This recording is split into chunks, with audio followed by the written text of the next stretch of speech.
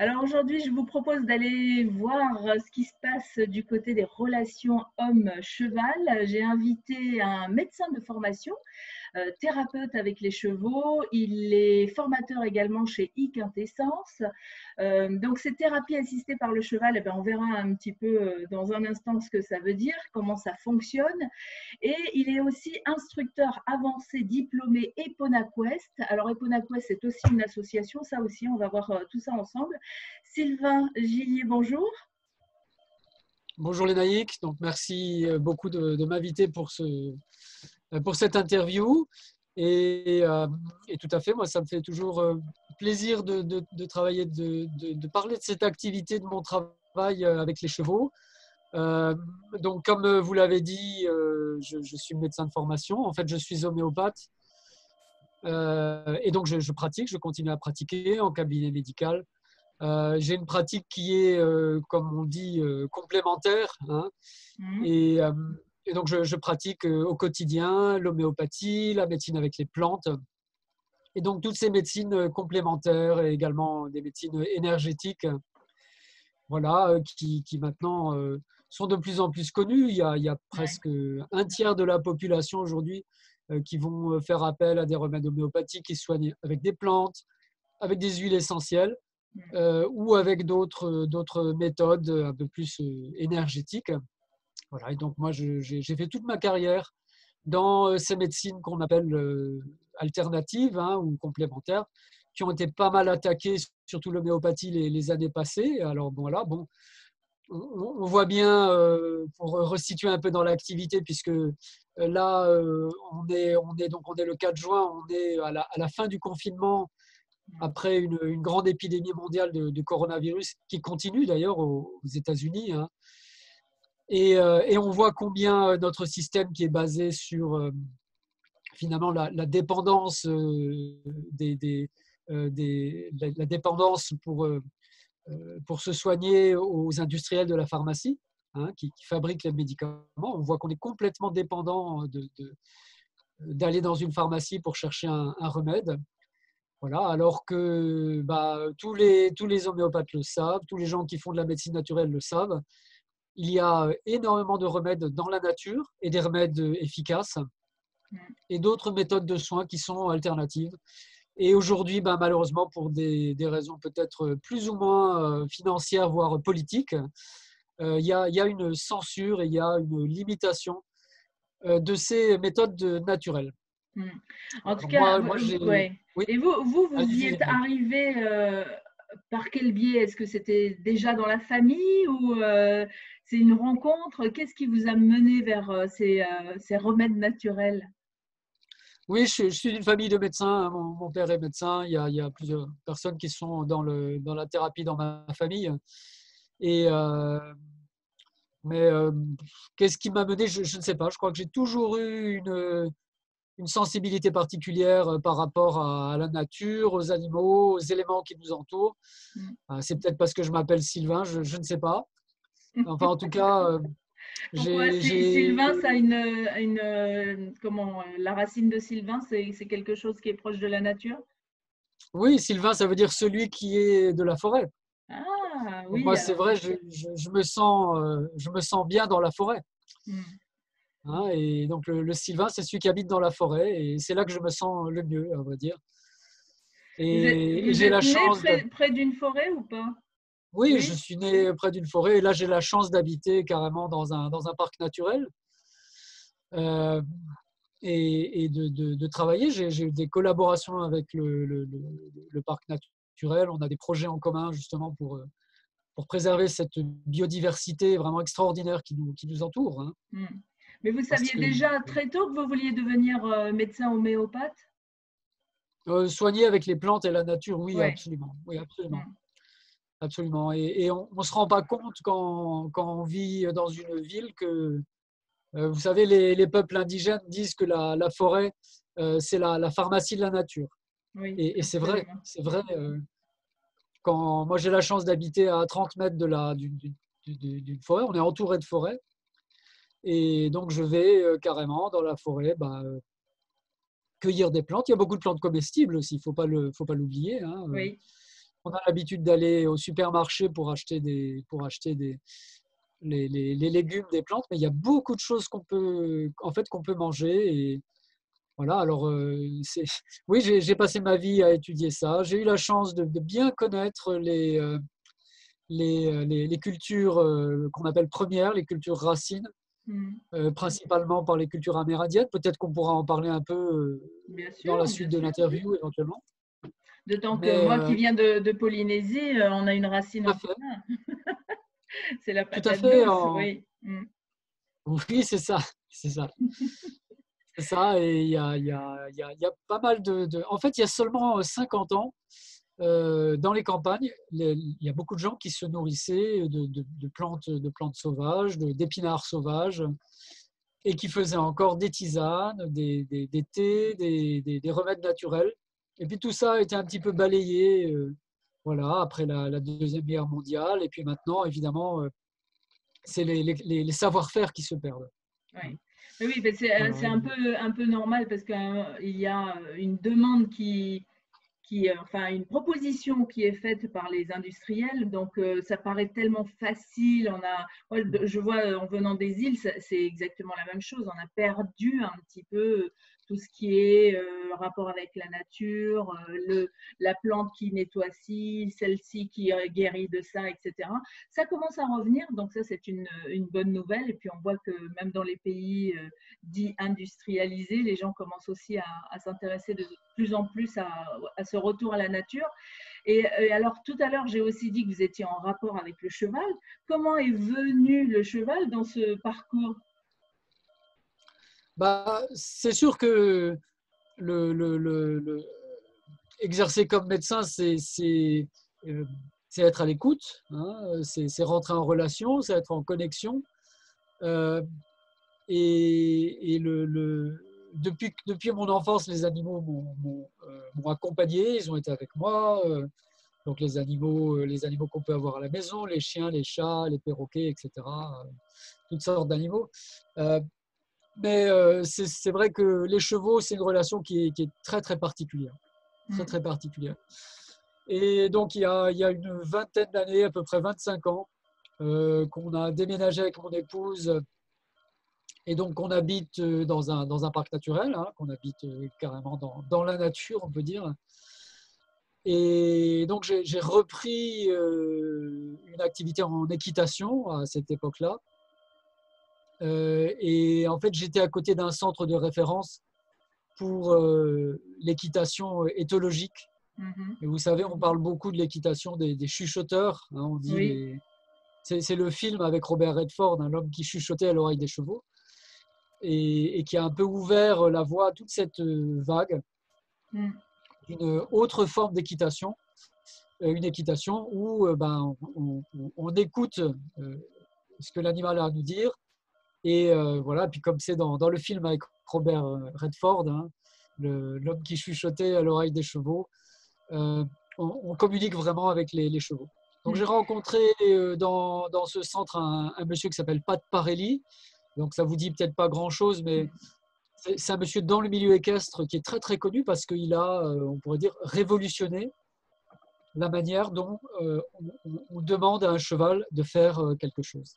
D'accord. Et là, quand vous dites on parle avec le cheval, est-ce que c'est une communication par télépathie? Est-ce que c'est une communication par, comment dire, peut-être posture? Comment elle se passe, cette communication?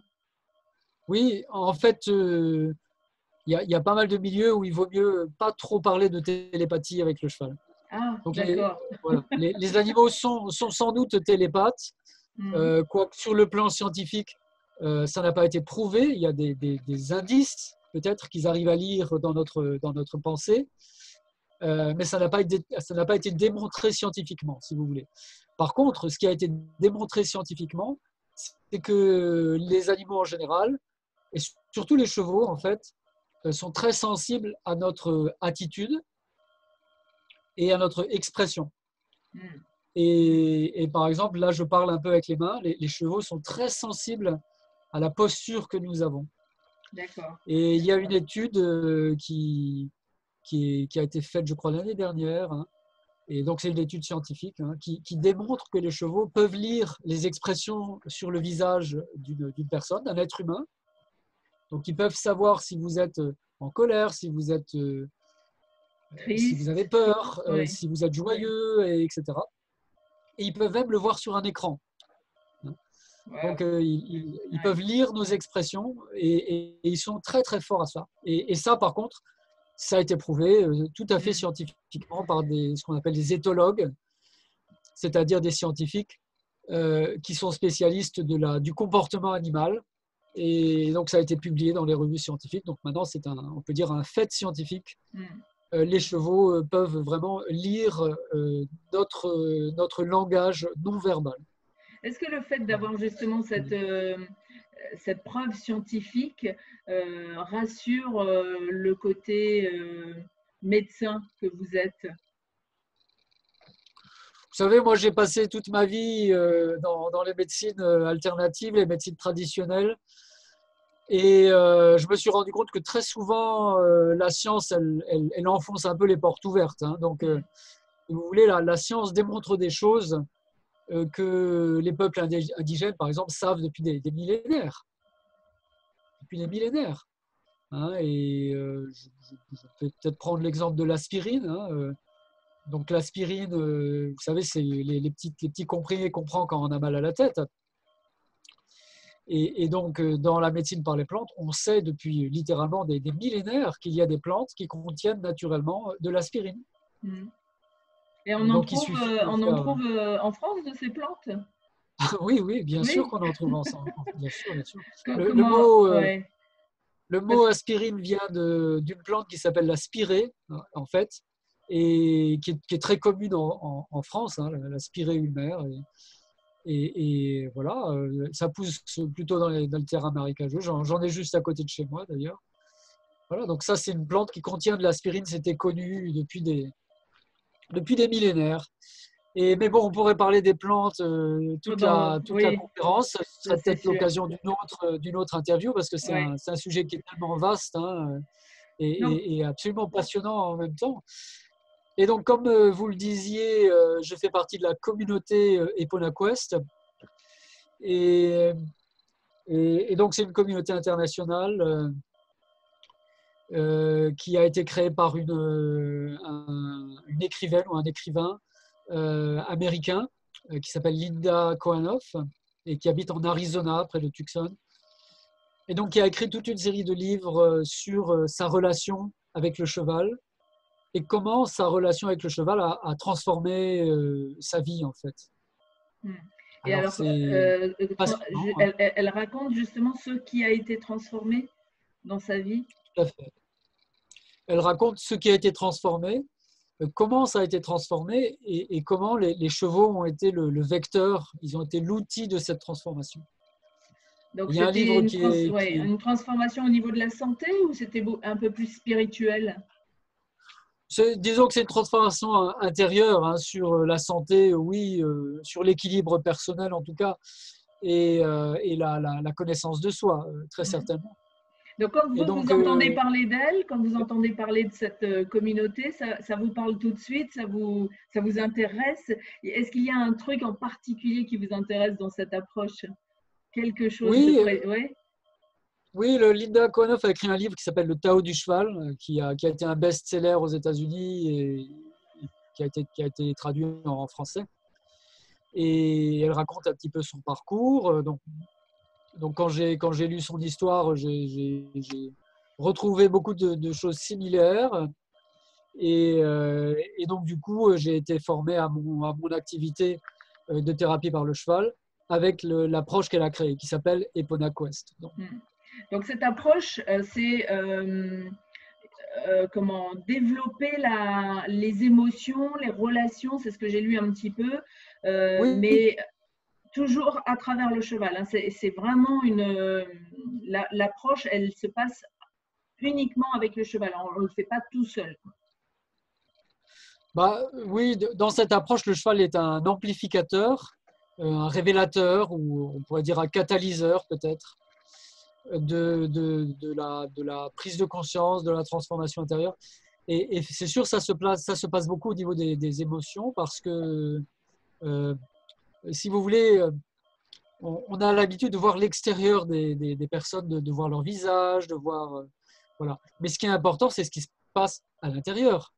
Mm. Quand vous ne vous entendez pas bien avec votre époux, avec vos enfants ou avec un cheval, pourquoi pas, évidemment, vous voyez sur le visage de la personne qu'elle n'est pas contente Mhm. et qu'elle est en conflit avec vous. Mais en fait, ce qui se passe, c'est à l'intérieur de la personne. Les émotions, la colère, enfin la frustration, la déception, que sais-je, toutes Mm. ces émotions, elles sont dans le monde intérieur de la personne, si vous voulez. Et après, elles se traduisent à l'extérieur. Et, et donc, les chevaux sont des animaux qui, naturellement, en fait, amplifient la conscience que l'on a de l'intérieur de soi. D'accord. Donc Et on va. surtout les émotions. Est-ce que ça va faire sortir ces émotions? Est-ce que ça va, par exemple, imaginons que moi j'ai, je sais pas, une blessure de l'enfance un petit peu enfouie. Le fait d'être avec ce cheval va exacerber un petit peu ce souvenir enfoui et va faire sortir ça. Oui, le mot faire sortir, c'est un mot qui est un petit peu peut-être, qui vient peut-être un peu de la psychologie, hein. Et on dit, bah, faut faire sortir les émotions, mais euh, ce n'est pas tout à fait ce qui se passe avec les chevaux, hein. Et donc les chevaux sont vraiment des experts dans ce qu'on appelle l'intelligence émotionnelle, hein, c'est-à-dire prendre conscience de qui je suis et quelles sont les émotions qui existent à l'intérieur de moi. Donc, c'est pas tant les faire sortir à l'extérieur que d'en prendre conscience. Mais comment en Et prendre conscience, justement? alors justement, bah, je vais en parler un petit peu, hein, parce que c'est un peu justement ce que je voulais dire pendant cette interview, et je crois que c'est une partie très importante du message des chevaux. Donc, les chevaux, en fait, ils ont développé ce pouvoir, cette capacité, en fait, hein, de sentir les émotions, tout simplement pour survivre, hein. Et donc, il y a des animaux, les chats, vous voyez, ils ont des grosses griffes pour pouvoir attraper les souris, hein, et les oiseaux ont des ailes pour pouvoir voler. Voilà. Mais les chevaux, eux, ils ont développé ce qu'on appelle de l'empathie. Donc, ils sentent les émotions à distance. Et pourquoi ils font ça? Bah, tout simplement parce que dans la nature, il y a des prédateurs. Et pour pouvoir échapper aux prédateurs, ils ont développé une espèce d'instinct qui leur fait ressentir les intentions du prédateur. Et par exemple, quand il y a une menace, hein, quand il y a une menace pour mon intégrité physique, cela crée à l'intérieur de moi une émotion qui s'appelle la peur. D'accord?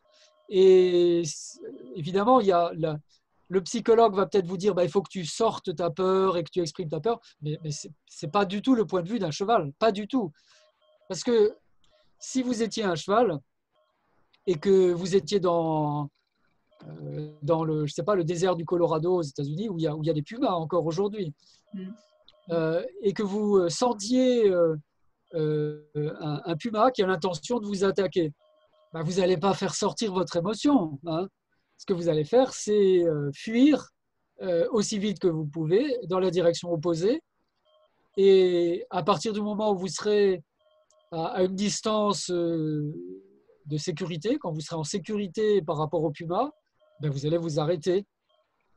Et c'est exactement ce que font les chevaux. Ils ne font pas forcément sortir les émotions, mais ils entendent ce qu'on appelle le message de l'émotion. Donc, et si moi j'arrive avec une peur, est-ce que lui va exprimer la peur? C'est ça? Il va faire un geste pour m'éviter, par exemple, ou pour. Non, c'est-à-dire que si vous arrivez avec une peur, le cheval va vous poser la question, quelle est la menace? Parce que pour lui, ce qui est important, c'est quelle est la menace et comment se mettre dans une position de sécurité par rapport à cette menace. D'accord. Donc Et là, comme nous, si vous voulez, les êtres humains, nous, en fait, on ne nous a pas appris du tout le message des émotions. Nous, on vit dans on est pratiquement des illettrés dans le domaine des émotions. On ne connaît On pas a les même, émotions. on a même tendance à les cacher. Enfin, Tout à fait, tout à dans fait. l'éducation, Surtout par exemple, les voilà. hommes. Oui, Surtout les hommes. j'allais dire dans l'éducation, un garçon n'avait pas le droit de pleurer. Absolument. Aujourd'hui, ça se libère un peu plus, hein, mais à l'époque de nos parents et peut-être la mienne aussi, non, un garçon, ça, c'était fort et ça ne se laissait pas aller à la tristesse ou à la. Tout à fait. Ouais. Ouais, ouais, absolument. Donc la tristesse est une autre émotion. Ou la peur. Hein. Bon, ben, les hommes doivent être courageux, peut-être que les femmes aussi d'ailleurs. Mais si vous voulez, il y a une différence entre être courageux et être inconscient. Mm. Et, et dans le milieu de l'équitation, justement, la peur est une émotion qu'il faut vraiment apprivoiser. Parce que un cheval, c'est un gros animal. Hein. Je ne sais pas si vous avez déjà monté à cheval ou, Oui, un peu, mais je suis pas une spécialiste. voilà. Donc c'est un animal qui pèse entre 500 kilos et une tonne, qui se déplace très très très très vite, qui a des réflexes beaucoup plus vifs que les vôtres. Donc le cheval a des réactions beaucoup plus rapides que les humains. Donc évidemment, si quelqu'un a peur devant un cheval, moi je dis toujours à la personne, ben, vous avez raison, parce que il peut y avoir une menace pour votre intégrité corporelle, comme on dit, une Mm, menace pour mm. votre corps physique. Et c'est vrai, et c'est vrai. Encore Ah oui. plus quand vous êtes monté sur un cheval. Mm. Et encore plus si vous lui demandez de sauter un obstacle d'1,20 m, comme on fait souvent, vous savez, dans les concours de saut d'obstacles. Mm. Et quand on fait ça, la peur n'est pas un sentiment négatif. La peur est un allié, en fait, parce que la peur va m'indiquer quand il y a une menace pour mon propre corps. Oui, pour ma survie, en fait. C'est Je ça, vais rejoindre le cheval dans son, dans cette émotion. Il y a un danger. Ah, ma survie est là, en question, et donc je dois m'adapter en fonction de ça. c'est ça, c'est Mm. ça. Et les gens, Mais par contre, ouais, les humains et les chevaux n'ont pas peur des mêmes choses. Donc c'est un peu non, ça qui permet de faire l'échange. Si par exemple, si vous traversez un pont avec un cheval qui n'a jamais traversé un pont au-dessus d'une voie ferrée par exemple, le cheval va être totalement paniqué. ouais, Il va regarder les arceaux du pont, il va être totalement paniqué. Pour lui, il y a une menace terrible que le pont se casse et qu'il et tombe qu'elle sur la tombe. voie ferrée. Et, voilà, donc pour lui, il va être totalement paniqué. Ben vous, par contre, en tant qu'humain, vous savez ce que c'est qu'un pont, vous savez que c'est pas dangereux, vous savez que pour vous, il n'y a pas de menace. Donc c'est là que la communication, justement, commence et qu'il peut vraiment y avoir un échange. Mm. Donc, Et c'est ce qu'on appelle je, la ouais, je dynamique vais des émotions. rassurer, moi, sachant qu'il n'y a pas de danger, je vais rassurer le cheval. C'est Je ça? vais apprendre, je vais apprendre à rentrer dans une dynamique des émotions. Parce que si vous rassurez le cheval en lui disant euh, c'est pas Tout si va grave, bien, c'est un oui, pont, il va pas vous croire. d'accord. Il va vous croire seulement si à l'intérieur de vous, comment dire, vous êtes dans une dynamique émotionnelle que lui peut comprendre. Oui, donc si je suis tout à fait en confiance et sûre de moi qu'il n'y a aucun Tout à danger, fait. là, il va sentir mes émotions et se rassurer tout seul. C'est pas mes mots qui vont le rassurer, en fait. Non, Mm. non, c'est pas vos mots qui vont le rassurer. Et c'est pour ça qu'on parle avec les chevaux de la dynamique des émotions, du langage des émotions, et ça conduit à ce qu'on appelle l'intelligence émotionnelle. Mm. Et en fait, les chevaux sont des experts pour nous apprendre ça, sont des maîtres. Mais en fait, ils ne le font pas exprès, ils font ça parce que naturellement, ils font ça entre eux, en fait. Hein. Et Ouais. dans un troupeau, il y a toute une dynamique émotionnelle très, très, très puissante, en fait. Et voilà. Et quand vous rentrez dans un troupeau, bah, les chevaux, s'ils sont un peu domestiqués, ils considèrent que vous faites partie du troupeau. Donc, ils vont commencer à établir toute une dynamique liée aux émotions. Et là, bon, on parle de la peur, qui est une émotion, disons, assez facile à reconnaître. Hein. Hein, si je ressens la peur, il faut que j'explore mon environnement et est-ce qu'il y a une menace autour de moi? Est-ce qu'il y a une menace pour mon intégrité? Parfois, c'est évident, hein, je veux dire, je suis dans une ville et je traverse et il y a un autobus qui est en train d'arriver sur la route. Voilà, et je perçois un peu comme ça subconsciemment l'autobus, et donc ça crée une émotion de peur à l'intérieur de moi. Donc là, la menace, elle est assez évidente, hein. Mais il y a des situations où c'est beaucoup moins évident que ça. Et par exemple, il peut arriver que dans une réunion de travail, par exemple, il y a des personnes qui ont une intention, par exemple, de me faire éjecter de l'entreprise, hein. Et donc, il y a une menace contre ma personne, parce que si je perds mon travail, ben, comment est-ce que je vais rembourser mon emprunt? Comment est-ce que je vais nourrir ma famille? Et donc, il y a une menace.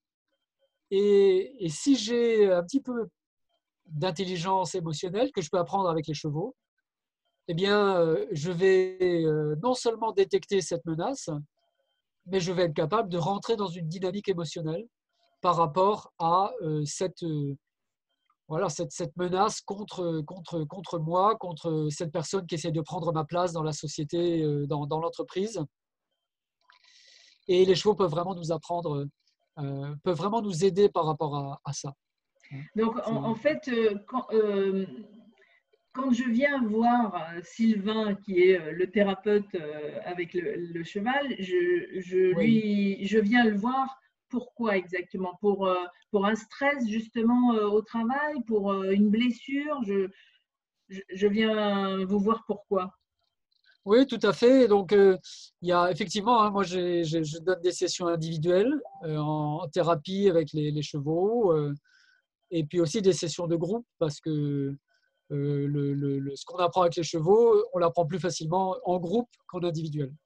Hmm. Et donc, le cheval participe, on peut dire, il facilite toutes ces expériences qui nous permettent de reconstruire les fonctions du cerveau émotionnel. Bon, c'est un peu du langage scientifique, je m'en excuse. Euh, Oui, c'est-à-dire qu'en fait, je vais voilà. réapprendre à écouter Oui, mes émotions, en gros, c'est ça? à À les comprendre les émotions. comprendre, oui. D'abord à les écouter. Mhm. D'abord à les écouter, c'est sûr, ça commence par là, hein, parce que si on dit toujours aux garçons, il faut que tu sois fort et tu dois pas pleurer, tu dois pas être triste. Donc il y a beaucoup d'hommes, n'est-ce pas, quand ils sont adultes, s'ils ressentent une émotion de tristesse, ils ne l'écoutent pas, Hmm. parce que pour eux, ça ne doit pas exister. Oui, puis on leur a Donc tellement rabâché ça que bah, oui, c'est quelque chose de normal dans leur vie. voilà, on a tellement rabâché ça. Ouais, et en quoi ça va les aider justement de réapprendre à écouter cette tristesse et de ne pas faire le fort, justement? Eh bien, dans cet enseignement avec les chevaux, dans cette thérapie avec les chevaux, euh, on apprend à comprendre que les émotions ont un message, en fait. Et on parlait de la peur tout à l'heure. Le message de la peur, c'est qu'il y a une menace contre mon intégrité. Donc, je Hmm. traverse la rue en ville, il y a un autobus qui arrive. Il y a une menace, évidemment, parce que si l'autobus me passe dessus, bah, ça ne va pas être Ouais. terrible. Voilà. Et donc, le message, c'est il ne faut pas que tu traverses la rue. D'accord. Et les émotions, donc, ont un message, hein. Et là, évidemment, je prends un exemple qui est un peu basique, hein, mais toutes les émotions ont un message. Donc, la tristesse est une émotion qui a un message également, hein. Le message, c'est que quelque chose doit être laissé, quelque chose doit être perdu, en fait. Hmm.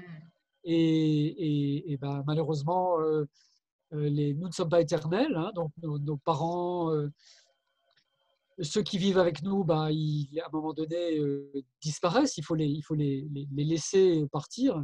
Et l'émotion qui nous permet de comprendre ça, de dépasser cette situation, c'est la tristesse. Ce n'est pas une émotion négative, comme on le dit toujours. Hmm. C'est une émotion qui a une dynamique. Et la dynamique, c'est qu'elle nous permet d'abandonner quelque chose à laquelle on était attaché. Hmm. Et alors, ça nous semble très bizarre quand on dit ça, hein, parce que Parce que nous, finalement, on ne nous apprend pas tout ce message des émotions. Hein, Non, ça, c'est mais sûr. il y a pas mal de cultures, et moi j'ai découvert ça avec les cultures premières. Hein. Il y a beaucoup de cultures premières où l'émotion est plus vue comme un pouvoir, en fait.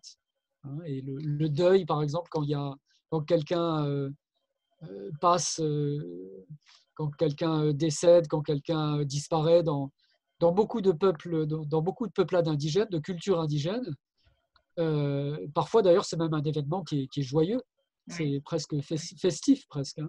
Parce qu'il y a pas du tout cette émotion qui est vue comme négative, mais plus comme un pouvoir qui est donné. Mm. Après, ça Et dépend donc vraiment des cultures, tout ça, ah effectivement. oui, Ouais. Le deuil est vécu très différemment selon les pays, selon les cultures. Par rapport à ces thérapies assistées par le cheval, euh, qu'est-ce que vous aimez dans cette thérapie? À part le fait que, bien sûr, euh, c'est cet apprentissage des émotions, c'est cette façon de pouvoir apprendre à gérer nos émotions. Est-ce qu'on peut dire ça? oui. Et puis moi ce que j'aime surtout, c'est que quand on travaille avec un cheval, vous savez, on travaille avec le vivant.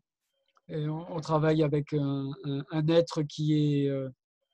C'est comme si on retrouvait un lien qui a été perdu avec la nature primordiale, avec notre propre enfant intérieur peut-être, avec le monde un petit peu merveilleux, vous savez, des légendes, des mythes. Hein. Et c'est un petit peu ça qui se passe quand on est avec un cheval. On rentre dans un monde qui est merveilleux, qui est presque réenchanté. Vous savez, on dit ça parfois. Euh, nous avons, nous avons désenchanté le monde. Nous avons complètement perdu tout cet aspect du merveilleux et de l'enchantement qui existait quand nous étions enfants. Mm. Et encore d'ailleurs, parce que finalement, il y a des enfants, vous savez, quand on leur dit votre futur, c'est une planète complètement polluée, avec des crises sociales terribles, des épidémies de virus, où est justement cet enchantement extraordinaire de la connexion avec la nature. euh, et moi, c'est ce que j'aime surtout en travaillant avec le cheval. On travaille avec quelque chose de vivant. Et puis, ça Et doit être aussi, justement plein de surprises du fait qu'il soit vivant et que ce n'est pas un être qu'on contrôle, entre guillemets. Ça doit être, les séances ne doivent pas ressembler à une autre séance. Enfin, chaque séance doit être différente.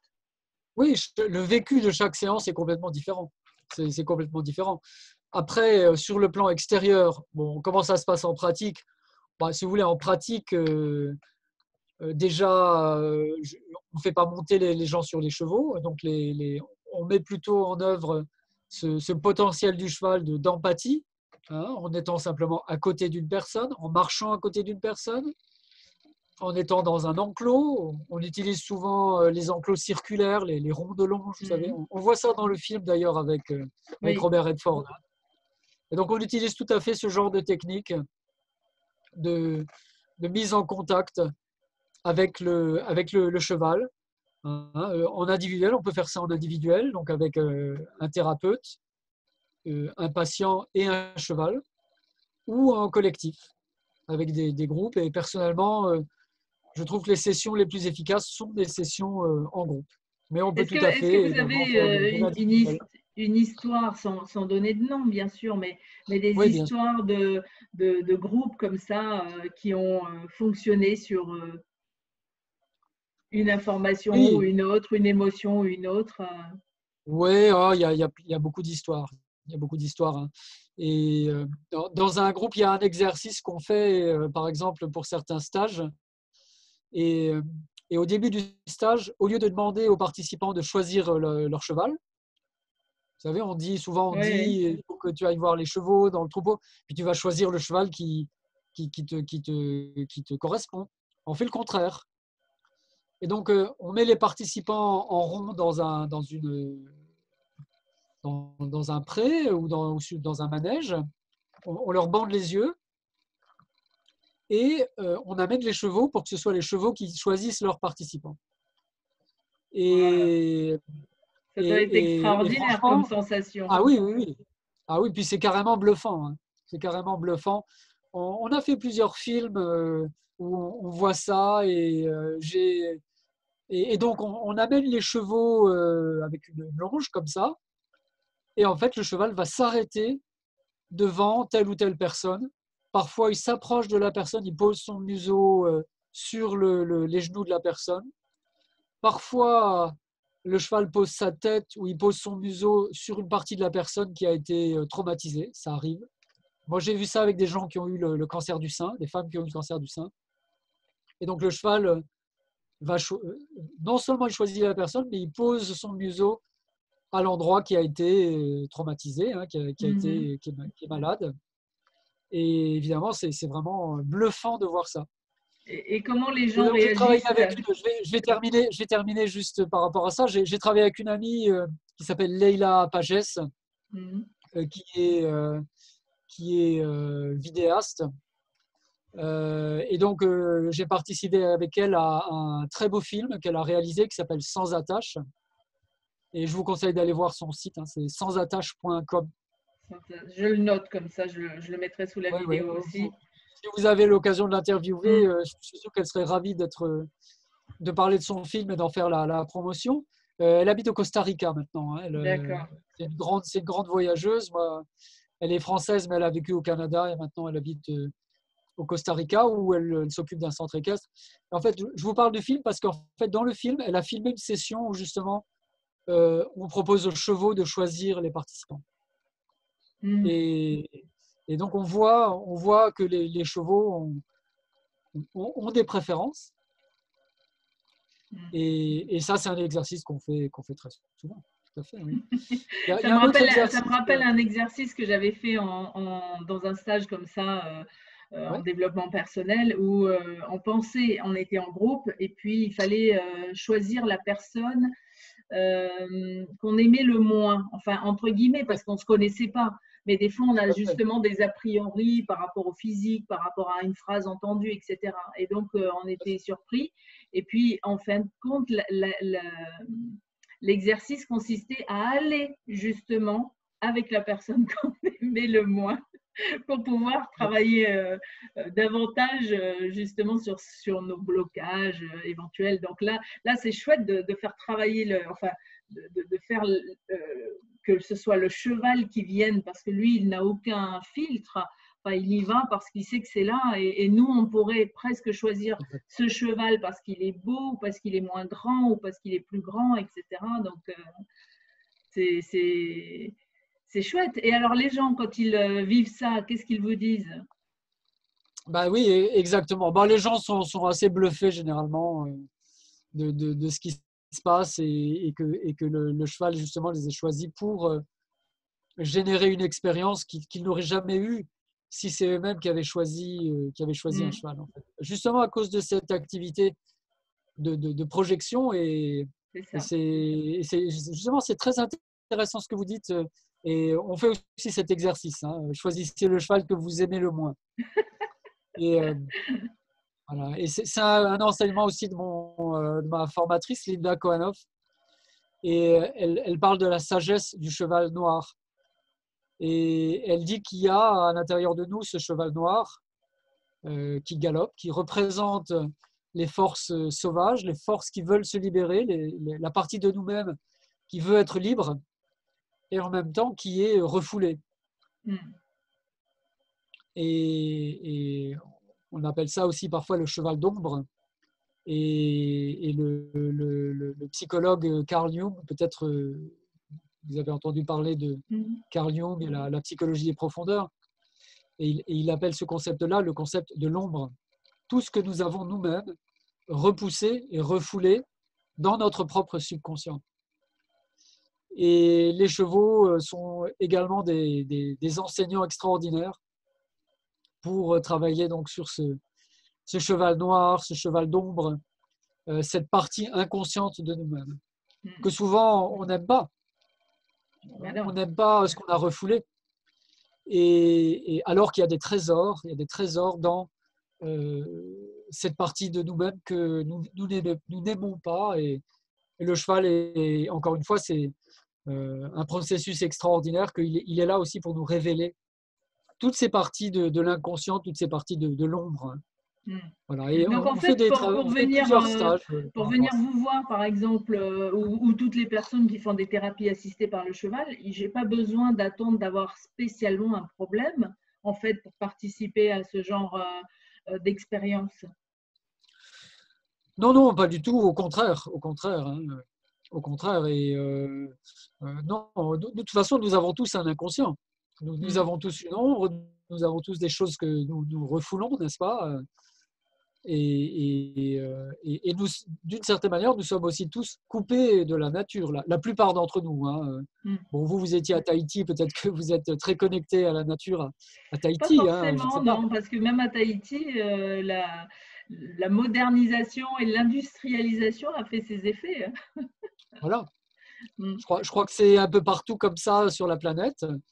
Et voilà. Et donc, ne serait-ce que pour rétablir ce lien avec ce lien qui a été un peu perdu avec la nature primordiale et les savoir-faire. Et le cheval, c'est vraiment un de ces savoir-faire essentiels, à mon avis, et qui nous est directement accessible.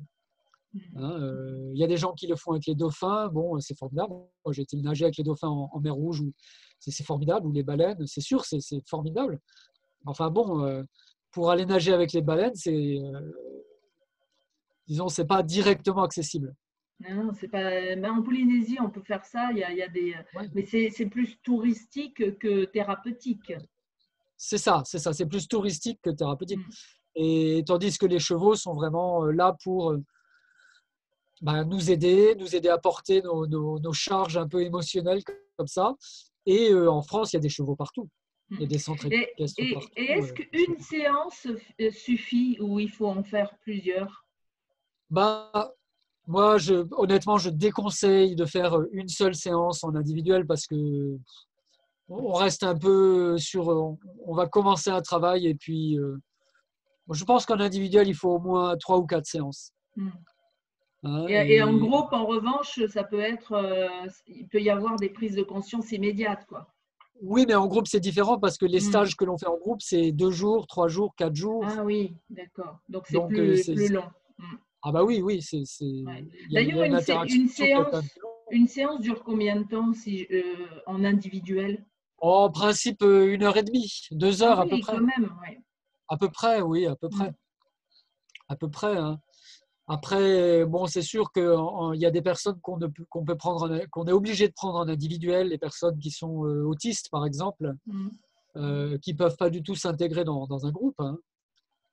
Ou alors, là, après le coronavirus, on a vu beaucoup de gens qui avaient des angoisses vraiment extrêmes, hein, voilà. Peut-être justifiées, mais parfois aussi un peu excessives, peut-être. Mm. En même temps, entretenu par la presse, Oui, voilà, on a eu tellement de spots de santé, entre guillemets, qui sont passés et à la radio et à la télé que ben, ça génère quelque peur. Donc, outre ces séances de thérapie, on peut aussi se former à ça. Vous êtes oui, formateur. oui, c'est ça, c'est ça, hein. Donc, vous savez, moi, j'exerce depuis 35 ans, hein. Euh, donc, disons que j'arrive à une phase de ma vie qui est peut-être plus la phase de la transmission, hein. Oui. Et dans les cultures amérindiennes, par exemple, on parle du cercle, vous savez, les 4 directions. Et on voit la vie plus comme un cercle que comme une ligne droite. Voilà. Et puis on dit que au début, bien sûr, quand on est un enfant, on est plutôt dans un processus de développement, Oui. d'apprentissage, hein, quand on se forme à l'université. Voilà, c'est vraiment là qu'on construit sa vie. Voilà, puis après, on fonde une famille, on est plus dans quelque chose, on peut dire, où on va vivre pour sa famille, avec le travail, avec ces choses-là. Mais il y a une phase de la vie où on va plus être dans la transmission, Mm. dans la transmission, hein. Et voilà. Et puis donc il y a à peu près 2 ou 3 ans que j'ai commencé plutôt à transmettre, donc en créant un organisme de formation. Donc, c'est un organisme qui est data-docké, ça veut dire qu'il est accessible au financement. Et pour moi, c'était très important qu'il y ait une accessibilité sur le plan financier. Oui. C'est une formation qui Et peut être lourde financièrement? alors, la formation que je propose, donc, est Quintessence Formation, nous proposons des modules, en fait. Mm. Hein, parce que les besoins ne sont pas les mêmes pour tout le monde. D'accord. Et, et peut-être on peut en parler un peu pour terminer, si vous voulez. Mm. En fait, depuis à peu près 10 ans, il y a un grand développement en France et dans les pays occidentaux du coaching par le cheval et de l'accompagnement par le cheval, dans le développement personnel et dans la thérapie et dans le coaching. Hein. Et donc, il y a beaucoup de ces personnes qui veulent se lancer, qui veulent en faire leur métier. Il y a beaucoup de personnes aussi dans les centres équestres. Hein, et Mm. l'équitation, c'est quand même la 3e fédération française, hein, après le football et le cyclisme. Hein, donc, c'est une grosse, grosse, grosse fédération. Il y a des milliers de centres équestres, il y a des dizaines de milliers de salariés du secteur équestre. Hein, avec les salons du cheval, etc. C'est vraiment un milieu professionnel qui est vaste, en fait. Mm.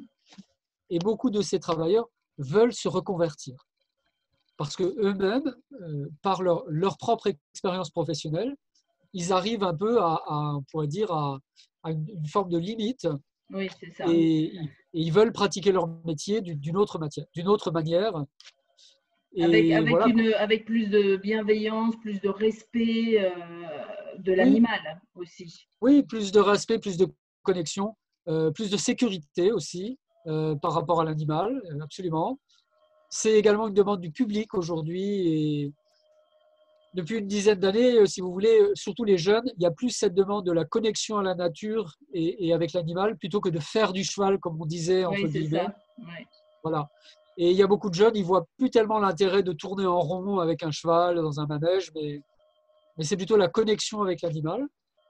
Et voilà, et donc beaucoup de ces professionnels de l'équitation, en fait, ils voudraient bien se reconvertir, mais ils ne savent pas trop comment, en fait. Mm. Et c'est pour ça que, on est plusieurs, hein, avec une petite équipe. Donc, on a des professionnels de l'équitation, du coaching. Donc, moi, je suis médecin, d'autres intervenants pour donc créer une structure qui propose des modules. Et chaque module a un thème particulier par rapport à ce qui existe, ce que l'on peut faire avec un cheval. On peut dire une autre approche du cheval. Mm.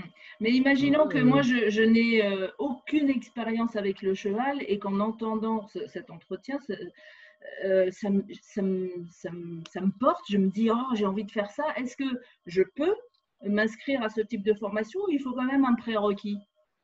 Alors, la formation, si vous voulez, est Quintessence Formation sur les formations qualifiantes qui rentrent dans le cadre d'un parcours professionnel ou d'une reconversion professionnelle. Donc, on a des prérequis. Hein. On demande que les personnes soient dans le milieu équestre ou dans le milieu, comme on dit, médico-social, Mhm. hein, ce qui est quand même assez large. Et si vous voulez vous lancer, on va vous demander de faire d'abord un stage d'introduction, D'accord. euh, comme Pour celui qu'on comprendre fait comment ça fin juin. fonctionne, juste Voilà, voilà, voilà. et vérifier si c'est vraiment quelque chose qui va m'intéresser jusqu'au bout, quelque part. C'est ça, c'est ça, Mm. c'est ça, c'est ça. C'est ça, c'est ça. Donc, il y a un petit peu une filière où on va vous demander d'abord de faire un stage d'introduction. Hein. J'ai un site internet pour la formation, Oui, c'est je le equintessence.org. mettrai aussi sous la vidéo, Ah, comme ça les super, gens ça c'est pourront. sympa. C'est normal. Donc, en fait, c'est ouvert à toute personne motivée, j'ai envie de dire, parce que Tout à quelqu'un, fait. même qui n'a aucune connaissance avec le cheval, ben, a cette possibilité de faire ce stage découverte, on va dire ça comme ça, cette Oui, oui, oui, tout à initiation, fait. hein, et puis ensuite Oui, oui. d'aller plus en profondeur s'il le souhaite. Une formation dure combien de temps? Alors là, en octobre, justement, on va avoir un module qui va former sur les bases de l'équitation éthologique. Donc, pour mettre en place ces séances de thérapie, d'apprentissage avec le cheval, ça va être en octobre. Il y a une partie qui est en présentiel sur 3 jours. Et il y a une partie qui est en ligne avec un travail personnel, hein, des vidéoconférences, vous savez, en ligne, et puis un travail personnel qui est à faire en ligne. Et donc, une validation, puisque toutes ces formations doivent être validées pour donner lieu à la délivrance d'un certificat. Hein. D'accord. Voilà. Et donc, il y a donc chaque module coûte entre 1 500 et 1 700 € à peu près. Et donc, ils sont ouverts au financement. Hein, Oui, donc quelqu'un qui est même à la recherche d'un emploi et qui oui, se dit, oh tiens, ça pourrait être un projet de vie, il peut demander à Pôle emploi éventuellement tout à fait. voilà, Tout à de fait. On a financer un ça. agrément Pôle emploi pour ce genre de choses, parce qu'il y a pas mal de gens qui veulent se reconvertir par rapport justement au métier du cheval, une autre approche du cheval. Donc, prochain module en octobre 2020. Et là, on est en train de prendre les inscriptions. Si vous avez des auditeurs qui sont intéressés, qui n'hésitent pas à me Je contacter. mettrai toutes les infos utiles de toute façon sous cette vidéo. Il nous reste 5 petites minutes. Est-ce que vous avez envie il y a un message particulier que vous avez envie de faire passer, que vous n'auriez pas dit? Oui. Oui. Oh, on a dit beaucoup de choses, mais moi, le message qui est important pour moi, c'est comment enseigner, comment faire l'expérience, en fait, parce que les chevaux nous font faire des expériences intérieures. Et comment se reconnecter à la nature, et les chevaux peuvent nous aider à nous reconnecter à la nature. Et ça nous permet aussi de nous reconnecter à notre véritable être intérieur, qui je suis à l'intérieur. Voilà. Alors, c'est un peu une prise de conscience que le vivant est tout autour de nous, que tout est vivant autour de nous, et que nous sommes en fait sans cesse connectés à la nature, aux animaux. Hein. On peut presque dire à chaque battement de cœur, on est relié à tout. Voilà, donc si je devais résumer un peu ce message avec les chevaux, c'est comment rétablir cette connexion que nous avons perdue ou que peut-être nous pensons avoir perdue avec cette nature qui nous entoure. Et même si j'ai peur peur des chevaux, vous dites que c'est quand même possible de s'approcher d'eux, de venir et d'expérimenter ça, hein, cette Oui, thérapie par le cheval. Hein. bien sûr, si vous avez peur des chevaux, c'est une réaction qui est saine, parce que le cheval est un grand animal, et si vous ne le connaissez pas bien, c'est une réaction qui est tout à fait normale, et le cheval est tout à fait d'accord pour comprendre ça. Lui, il sait qu'il est grand et qu'il est fort. Oui, Il sait qu'il est fort. vous allez pas nous jeter dans l'arène. Non, il y a des gens qui ont eu des expériences difficiles avec les chevaux, et souvent on commence derrière une barrière, en fait. D'accord. Donc ça, Et c'est donc ça bien. Ouais. permet, voilà, ça permet, si vous voulez, de se mettre dans un endroit où on est vraiment en sécurité quand on ne connaît pas bien les chevaux. Voilà. Puis En tout cas, après, c'est passionnant. Moi, j'ai entendu parler de la première fois il y a quelques jours de l'éthologie. J'en avais jamais entendu parler. Et puis de cette d'accord. relation homme-cheval aussi. C'était passionnant et c'est comme ça que je vous ai découvert d'ailleurs. C'était en entendant Oui. parler de ça pour la première fois. Donc, Je crois que vous avez interviewé ma collègue Claire Morin qui participe avec nous à la formation d'ailleurs. c'est ça, absolument. Et c'est vrai que c'est passionnant. Moi, c'est un domaine que je ne connais pas parce que j'ai fait du cheval, comme peut-être beaucoup de gens en fait en vacances ou le week-end, etc. Mais je n'étais pas spécialement proche des chevaux. Voilà, donc Tout à je ne fait. connaissais pas du tout. Enfin voilà, merci d'avoir accepté cette invitation aujourd'hui à découvrir cette thérapie assistée par le cheval, découvrir la relation homme-cheval et à cette opportunité de développer les émotions en nous et de pas de les cacher et de les mettre bien au fond là. Tout à Merci. fait, tout à fait. De les Ouais, laisser briller, de les laisser rayonner, c'est de ça, montrer justement toute cette richesse qui se trouve à l'intérieur de nous. absolument. Merci Sylvain. Alors, un grand, grand merci. Merci beaucoup pour l'interview. Et puis, bah, très bonne continuation avec toute cette activité. Je crois que vous êtes en Bretagne maintenant et nous devions être en Bretagne il y a quelques semaines pour un stage et malheureusement, évidemment, ça n'a pas pu avoir lieu, mais on va certainement Oui. revenir Et dans d'ailleurs, j'ai dit à Claire dans le que si vous site, revenez, il faudrait que, parce que je suis aussi cofondatrice d'une association qui organise un cycle de conférences ateliers, et hein. ce serait une Ouais, bonne occasion en même temps que vous allez faire le stage en Bretagne, de venir donner une conférence pour expliquer un petit peu ce que vous faites. Ce serait vraiment, vraiment chouette. Donc, bien. on se verra bientôt. Avec plaisir, avec grand plaisir. Merci Sylvain. Merci à vous.